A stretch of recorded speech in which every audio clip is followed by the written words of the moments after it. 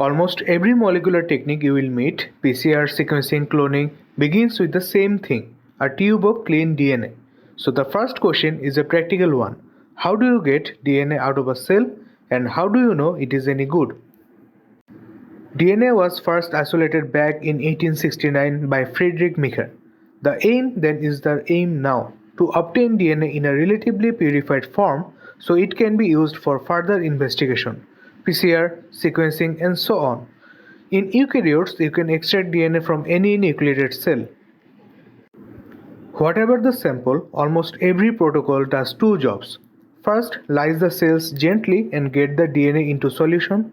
Second, remove the contaminating protein, RNA and other macromolecules. In practice, that becomes 4 steps: lysis, precipitation, wash and resuspension. Before we walk through those steps, one piece of equipment. Centrifugation separates molecules of different densities by spinning them at high speed, the speed given in times gravity. For example, 1000 times g or 15,000 times g. After a spin, your tube has two parts, the liquid on top called the supernatant and the solid collected at the bottom called the pellet. And every step the question is the same, which of the two do we keep? Step 1. Lysis. We add a detergent which dissolves the lipid membranes together with an enzyme, typically proteinase K, which digests the proteins, including the nucleases that would otherwise chew up our DNA. In an animal cell, there is a cell membrane and a nuclear membrane to get through. In a plant cell, there is a cell wall as well. So the sample usually have to be ground up first. Then we spin to clear out the debris. The heavy cell fragments are forced down into the pellet, but the DNA is still dissolved. So this time we keep the supernatant. The DNA is out, but it is still mixed with protein. This is what phenol and chloroform are for. And note what they are: an organic solvent mixture. Phenol denatures the proteins and pulls them out of the water. We mix and we spin. This time there is no pellet. The tube separates into layers.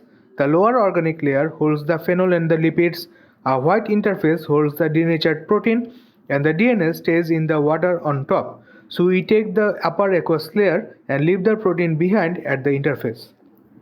Step 2. Precipitation. We add 100% ice cold alcohol, usually isopropanol. Why cold and why 100%? Because DNA is not soluble in alcohol, especially when it is cold. So it clumps together instead of staying dissolved. The cold also slows down enzymes that would otherwise degrade the DNA, and it encourages a firmer pellet. Now we spin again, but notice what has changed. The DNA is now solid, so it colors at the bottom. This is the switch. From here on, the DNA is in the pellet and it is the supernatant we throw away. Step 3. The wash. We add 70% ethanol at room temperature. Why 70 and not 100?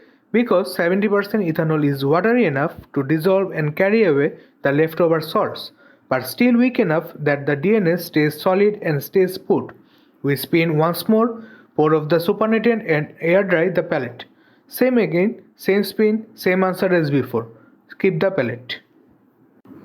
Step 4. Resuspension. We add buffer and the pellet dissolves back into the solution. There is no spin at this stage. The whole point now is that the DNA should dissolve, not settle, and that completes the extraction. Lysis, precipitation, wash, resuspension. The DNA is back in solution, but this time it is pure. This is worth pausing on because it is the easiest mistake to make. After lysis, the DNA is dissolved, so it travels in the supernatant. Keep the liquid. After precipitation, the alcohol has made the DNA solid, so it is in the pellet. Keep the solid. And after the wash, it is still solid, so again keep the pellet. Throw away the wrong fraction at any step and you have thrown away your DNA. One practical catch if your sample is blood. Mature red blood cells have no nucleus. Platelets have no nucleus either. So neither of them gives you any DNA. In blood, the DNA comes from white blood cells. And that is why a blood extraction protocol is really a white cell extraction protocol. And what if there is no nucleus at all? In a bacterium, the DNA simply floats free in the cytoplasm. There is no nuclear membrane to get through. So lysis is often easier, not harder. For many bacteria, you can just boil the sample for a few minutes, spin it, and use a supernatant straight as a PCR template. Detergent with proteinase K is the standard chemical route. Lysozyme or bead beating is only needed for tough gram-positive walls, and commercial kits using magnetic beads or silica fiber filters simply do the same job faster. A virus has no cell at all. Its genome sits inside a protein coat opened with proteinase K and detergent, and that genome may be RNA rather than DNA. Finally, we check what we have. DNA concentration is measured by absorbance at 260 nanometers in a spectrophotometer. Purity is judged from the ratio of absorbance at 260 and 280 nanometers. A ratio about 1.8 is generally accepted as pure DNA. If the ratio is appreciably lower, say 1.6 or below, that suggests protein, phenol, or any other contaminant, because those absorb strongly at or near 280 nanometers. So to bring it together, break the cell open, drop the DNA out of solution with cold alcohol, rinse it, then dissolve it again, keeping the supernatant at the first spin and the pellet at every spin after that. The sample only decides how you lyse it.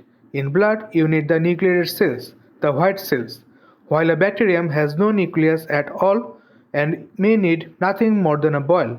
Then check the results before you use it.